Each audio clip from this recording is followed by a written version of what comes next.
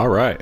So, for anyone who's kind of curious about what we're doing here, this is going to be a new series I'm wanting to try out. In this case, we're going to do the Outer Worlds, and it's kind of more of like a test run. I think this episode will just be a little bit about kind of my ideas for the series and what I'm wanting to do. It'll be a little bit about the story, a little bit about what's going on, what I'm kind of wanting to do with the character.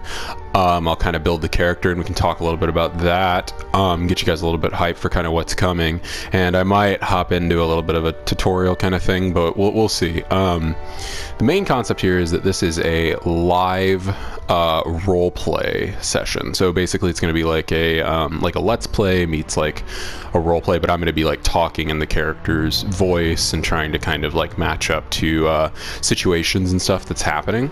So to start it off, we're going to hop into, I think, normal mode. I'm going to go ahead and leave all the subtitles and everything on so that it's a little bit easier for me to be aware of what's happening. But I am going to try to turn off the HUD. I'm going to try to turn off mission markers. We're going to run through it. Why stay earthbound when prosperity awaits you in the stars?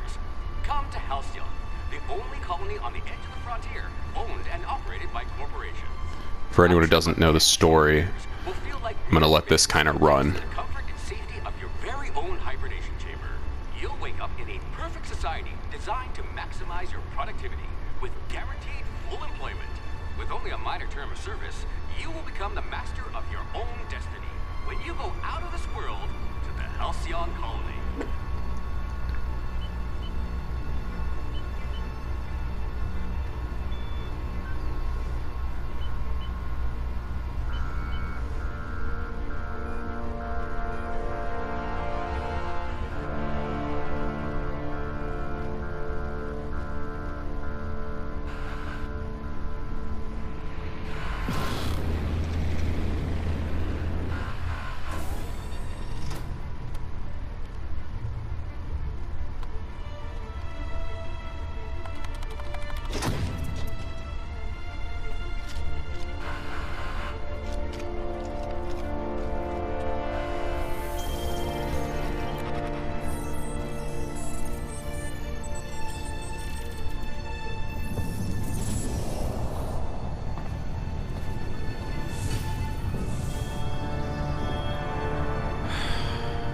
Hundreds of thousands of colonists will have to drift out here forever just to keep from damaging the board's bottom line.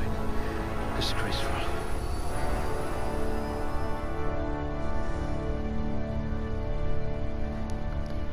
Okay, so we're back. This is the character creator. I'm wanting to jump kind of right into this and start building the character. I have a build in mind based off of the Fudge Muppet build, and I've kind of based my character a little bit around that concept to an extent. The Fudge Muppet Captain build, I believe they called it. You can kind of check it out on their YouTube channel if you want like the specifics, but essentially I'm going to go with good in all attributes so that I have an even starting point of 12 in all of my skill points, rather than having like uneven numbers that I have to deal with. It'll make it a little bit easier to kind of start things off. The character who I'm going to be playing is a bit of a sort of natural born. We're used to being bossed around. A little bit of a natural born leader, not necessarily like a jerk or anything, but he definitely has some leadership skills and is pretty good with people to an extent. Maybe even not intentionally, but just kind of like passively charismatic. And then the other thing we're going to go ahead and start with right away is stealth, because You had a hand in everyone's pocket. I want to have a little bit of sneak, a little bit of hack, a little bit of lockpick. Those are really just going to let me, not because he's necessarily like a bad guy, but more because it's going to let me get into places early on, get some gear. It's going to let me get some information and kind of let us see a little bit more about the story. For me, I have played through the game a couple of times. However, I've never completed the game. The farthest I ever got was I was like just about to get to Monarch. I was on the Groundbreaker, I think. For any of you who kind of know what I'm talking about, if you don't know, it was like, as I understand it, about the midway point of the game. So I never beat the game or anything like that, and I just have a pretty good idea of how the starting areas work. But the character I'm playing is actually going to kind of serve, I think, to fit that same kind of play style, because he is also going to be kind of new to the world, and he's going to be kind of trying to figure things out as we're trying to figure things out. So I think it's going to make it a little bit more fun and a little bit more like relatable. So we're starting with stealth and leadership. And then our aptitude is like our little background description. And I think the best one for this guy is going to be, oh, man, probably... I think I like factory worker probably for the +1 to dodge, just to make a little bit more sense of it. Toss ball team mascot. No, that doesn't sound like him. Okay, I think we're going to go with the factory worker because it puts him a little bit under the corporate thumb to start with. It makes him kind of an everyman. It lets him kind of see what it looks like to be looked down upon. For those of you who don't know the story of the Outer Worlds, just to give you a brief overview, essentially... the world we're going to get put into is a world that's just completely run by corporations. It's basically capitalism at its farthest reach. Once everything has been established and all these corporations have stopped fighting over each other, and now they've like established their own almost like little nations, and they own almost like entire planets basically out in this certain galaxy. And so we're going to be kind of put in the middle of that, where rather than there being like presidents of nations and stuff, there's like board members and like leaders of corporations who almost like own the people basically, just because their servitude and their working for the company ties into their ability to like eat. So nations almost became like irrelevant, especially because this isn't like the world or the solar system we know. It's a completely different, it's called the Halcyon galaxy. So it's a completely different sort of world that we've been put into, almost like a gold rush sort of Pilgrims in a New World kind of story, but a bit different. And you'll kind of see as we get a little bit more into the story. But we're going to go with factory worker. You'll have plenty of company. Okay, and then my character idea, I'm just going to kind of make him real quick, because I kind of statted him out in another build.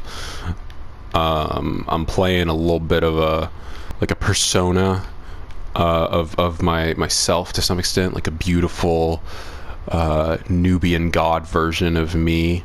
But here, we'll kind of make this guy real quick, and then we'll chat a little. Yeah, okay, cool.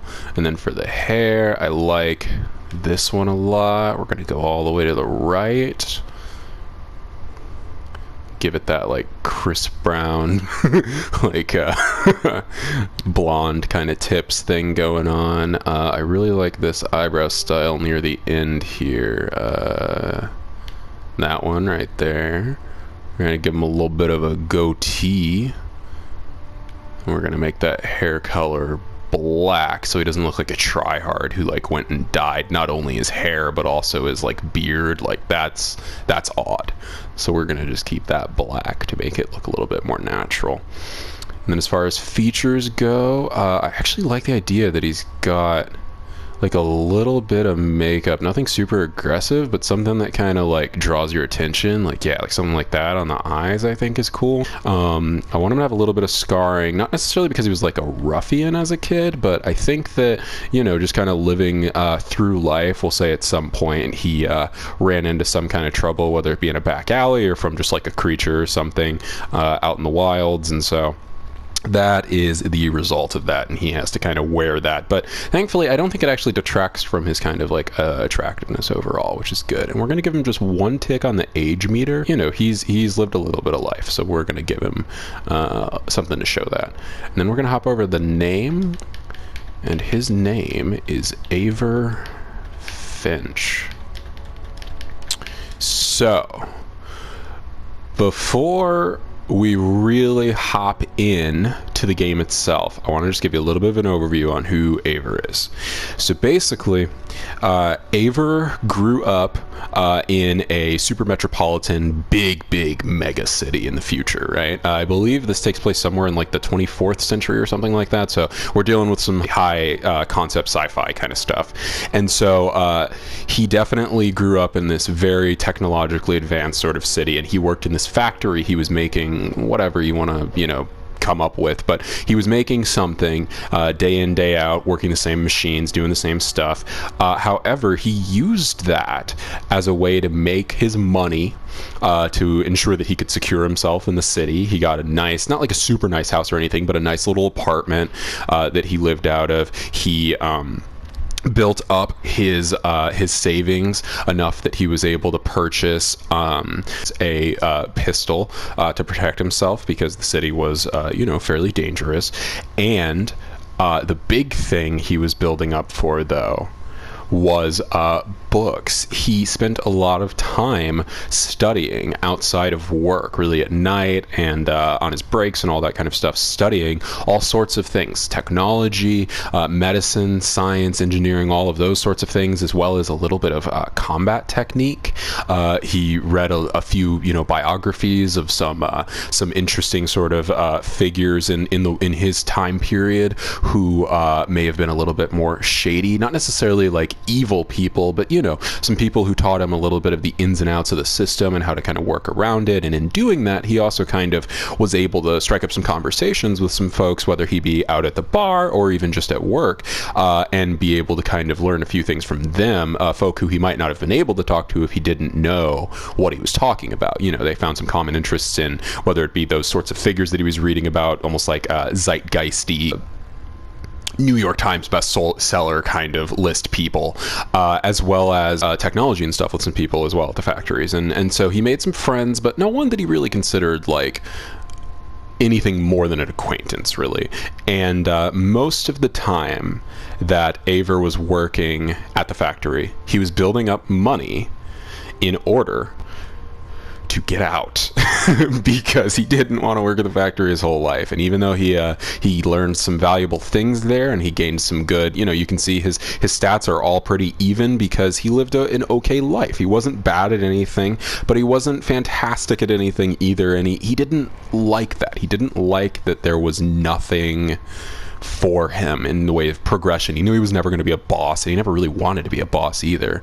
And so he really was kind of looking for a way out, and he didn't want to go like the criminal route or anything, because he's not a killer. He's never done anything bad. He doesn't even really like to break the law unless he has to, and he's only had to a couple of times, and it was very specific instances. So one day Aver hears about this new crazy thing that's happening, that this voyage, this expedition almost, has been charted to this new place where he's heard about some various companies and stuff starting to build some new ventures and things out there, and his factory actually even has a branch out that way, apparently. They've sort of rebranded and have something to do, it seems, with some other group, though he's not really sure exactly what all of that is. He hasn't really paid too much attention to it, but what really caught his eye about it was this idea that there was actually a civilian transport that was starting to gear up, almost like a big like space cruise liner. And as he understood it, this ship, the Hope, as it was deemed, was going to take him to this place, the Halcyon colony, where it was like a gold rush. It was a new world. It was a place to go and find yourself and find your purpose and make a new life for yourself. And he didn't need to, fake a passport or anything. He just saved up enough money and he got in on this thing. And it was crazy. They were gonna fucking freeze his body. And yeah, that's kind of where we're picking up with the story. So he's a little bit of a city kid, but he's also got some real humanity to him in regards to having done some hard labor and seen all sides, all little angles. Nothing too deep, but he's kind of dipped his toe into a little bit of everything in the world that he could at the time, due to his, the way that he was born and stuff. In terms of like his parentage and stuff, he had a mother and a father. They were both nice people, but it was no one who they never did much for him after he left home.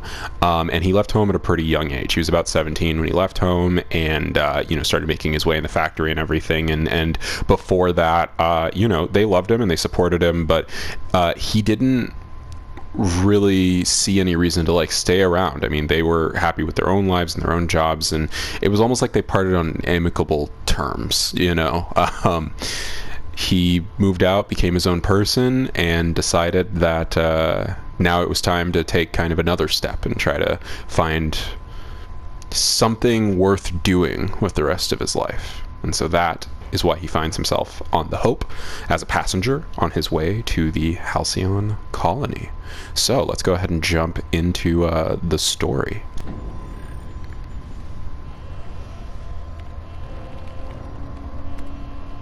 Looks to be your lucky day, my friend.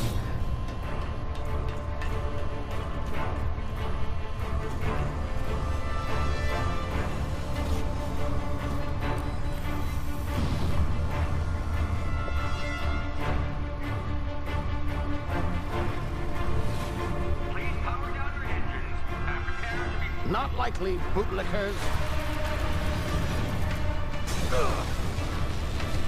Initiate skip jump.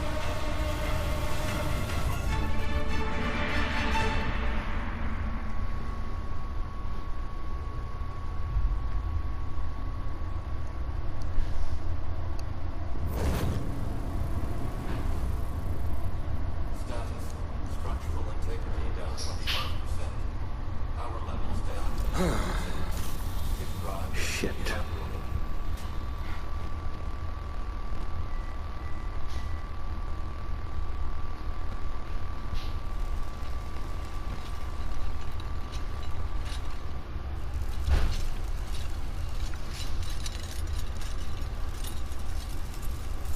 Ah, there you are. Wondering what's going on, eh? A bit of bad news there, I'm afraid.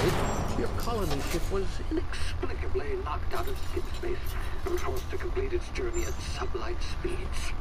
This means that you and every other colonist on the Hope have been in suspended animation for 70 years, give or take. 70 years? Normally, Fuck, man. someone after so long leads to some quite horrifying results. It's called explosive cell death. Oh, fuck. It's really more of a What? liquefaction. Is something wrong? Oh, yes. Yeah, maybe. Not to worry. I've pumped your body full of a special concoction I devised. You fucking to keep what? you from dying so horrifically. Hopefully at all, but I guess we'll see. Unfortunately, Yeah, I used okay, the guy. rest of my chemical supplies saving you. I Right, know but- it's odd to ask, but I must have your help securing more if we're to save the rest of your fellow colonists. I'd see it done myself, of course, but the board has a sizable bounty on my head. Wait, what the fuck? Why are you... Is inoperative, but I've managed to hire a smuggler to help you out. He'll be... Oh, I see we're in position. Good luck. Good luck. Wait, what are you talking about, dude? Where are we going? What? Don't press that. Don't press that fucking... Don't... Oh, shit. Shit. Okay. Okay, Aver. Is this thing working? Ah, there you are. Now, where were we? Oh, yes. Smuggler. His name right. is Hawthorne, and he should be waiting for you at the landing site. Okay. He's to be your chauffeur, so to speak. Not Right. to worry. I'm told he's a specialist. Dashing gunslinger, one-of-a-kind ship, that sort of thing. Okay. You're ready, Okay. I'm sure.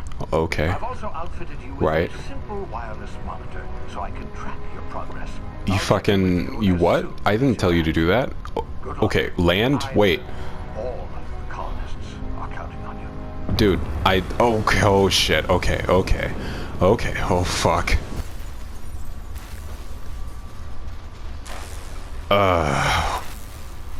Oh fuck. Oh. Okay. Okay. I gotta admit, when I came to this place, really wasn't expecting that. Good. Hawthorne should be close. What? Fuck. Him? Oh, that idiot. I told him to plant the beacon and move away, not stand there holding it. Yeah, well, your Well, guy's no dead. sense in letting his ship go to waste. Fuck. Shit. Hawthorne won't mind you taking his ship. Did Better I- kill than the board, huh? Did I fucking kill I'm him? sure I trusted the fellow. Might have gone after the bounty on my head. Shame about the whole Fuck. thing. Nasty way to go. Yeah. I've seen guys, get squashed in the factory, but I guess I've never really done it myself. Fuck. What the shit? Oh, this place is... Okay. Okay. So here we are. Home sweet Halcyon. Saved up a lot of money to get to this point. Even left a nice girl behind that I'd met at the bar not too long ago. Are you still listening, Phineas? Oh great, now I'm just talking to myself. Okay. Well, fuck. I guess nowhere else to go but forward.